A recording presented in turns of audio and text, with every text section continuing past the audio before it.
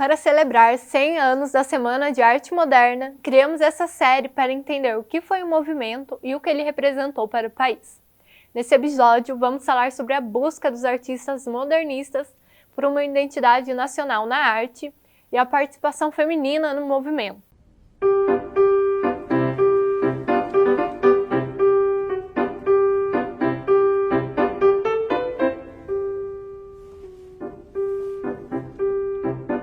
Vamos conversar com a professora da Faculdade de Educação e Arte, Jéssica Monteiro, sobre essas questões do modernismo.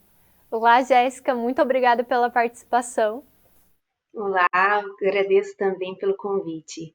O modernismo brasileiro promoveu uma visibilidade maior a elementos culturais do nosso país, a construção de uma identidade artística brasileira? Sim, a gente vai ter essa construção da nossa identidade e ela vai ser muito visível em diferentes linguagens artísticas. Então a gente vai, por exemplo, ver o trenzinho caipira aparecendo na música, a gente vai ver cores vibrantes, elementos do folclore brasileiro aparecendo na pintura e entre outras linguagens também. Diversos outros movimentos artísticos tinham em suas obras influências da Europa. O modernismo ele tinha como objetivo justamente essa quebra eurocentrista? É sim, o modernismo ele vai trazer essa quebra, mas eu acho interessante a gente entender um pouquinho sobre o que estava acontecendo antes aqui. O nosso ensino nas artes era muito influenciado pela Europa, porque ele veio da Europa, tinha professores europeus, então muitos artistas tiveram primeiro um olhar europeu sobre o brasileiro. E o modernismo, ele vai trazer esse rompimento com a academia, porque ele vai trazer rompimentos com a estética, com o modo de pensar que se tinha antes, para trazer uma autonomia do brasileiro falando sobre o Brasil. Então, ele tem esse rompimento com a Europa, mas ele ainda tem influências europeias. Afinal de contas, o modernismo aconteceu, né? A arte moderna acontece na Europa também. Mas quando ela vai acontecer aqui no Brasil, ela traz essa autonomia dos brasileiros. É possível notar também que diversas obras escritas nesse movimento trazem uma linguagem coloquial e cotidiana. Na época, houve muita resistência de outros artistas, de outros movimentos artísticos? Sim, como todos os movimentos artísticos, a gente tem uma resistência forte, né? Porque ele está trazendo inovação, está trazendo fortes rompimentos. E um exemplo disso é a própria semana de 22, que era para acontecer por uma semana e acaba acontecendo só durante 3 dias, por conta das fortes críticas que aconteciam ali.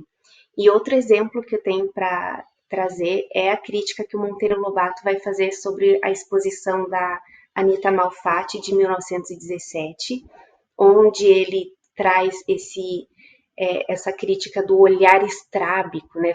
Faz uma crítica aos modernistas, tendo um olhar estrábico, tendo um olhar que não é relevante, não faz sentido, fora da realidade, e compara eles a uma estrela cadente, mas não de um modo positivo, e sim falando que eles surgem por causa de um escândalo e depois eles somem, desaparecem, sabe? Então, foi uma crítica muito forte que trouxe bastante impacto na época.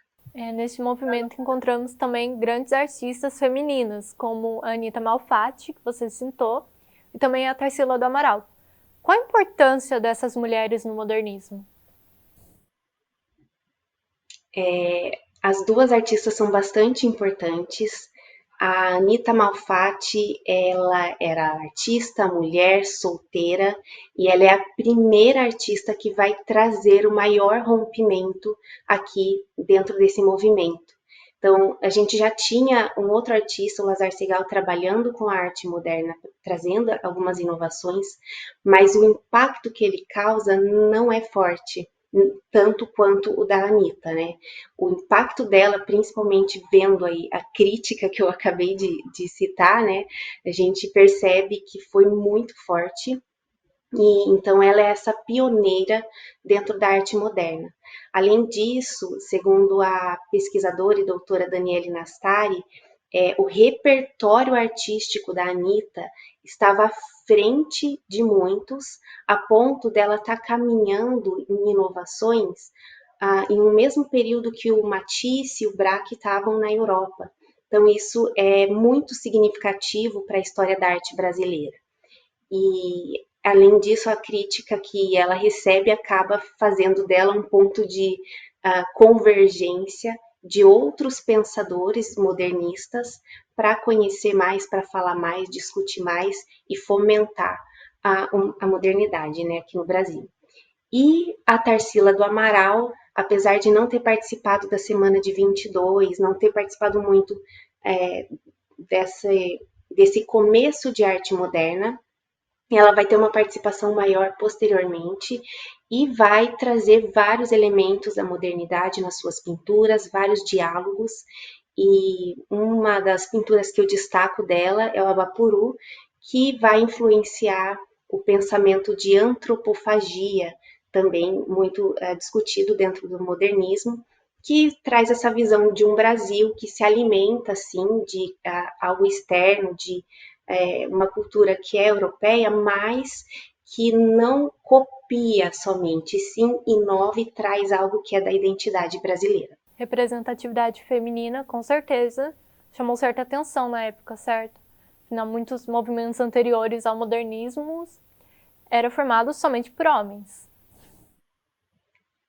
Isso mesmo, e eu acho que é interessante evidenciar que a mulher, ela entra tardiamente na faculdade, ela começa a estudar depois do homem, né? E ela ainda assim, no início, tinha que ter permissão do marido, permissão dos pais. Então, é um movimento gradativo da inserção da mulher dentro da academia, dentro do estudo. E esse destaque que a gente tem dessas artistas e outras mulheres, né, dentro da arte, vai influenciar o surgimento de novas artistas, novas pessoas indo para a academia e estudando. Então, eu acho que é interessante deixar aqui um incentivo para que mais pessoas entrem na faculdade, busquem conhecimento e expandam, né, as suas áreas de conhecimento. Bom, muito obrigada, Jéssica, pela participação. Eu agradeço também pelo convite de estar aqui com vocês. Bom, obrigada também a você que nos acompanhou até aqui. Você pode rever esse episódio no nosso canal do YouTube. E não se esqueça de acompanhar a TV Univap nas redes sociais. Estamos no Facebook e também no Instagram, @TV Univap. Até a próxima!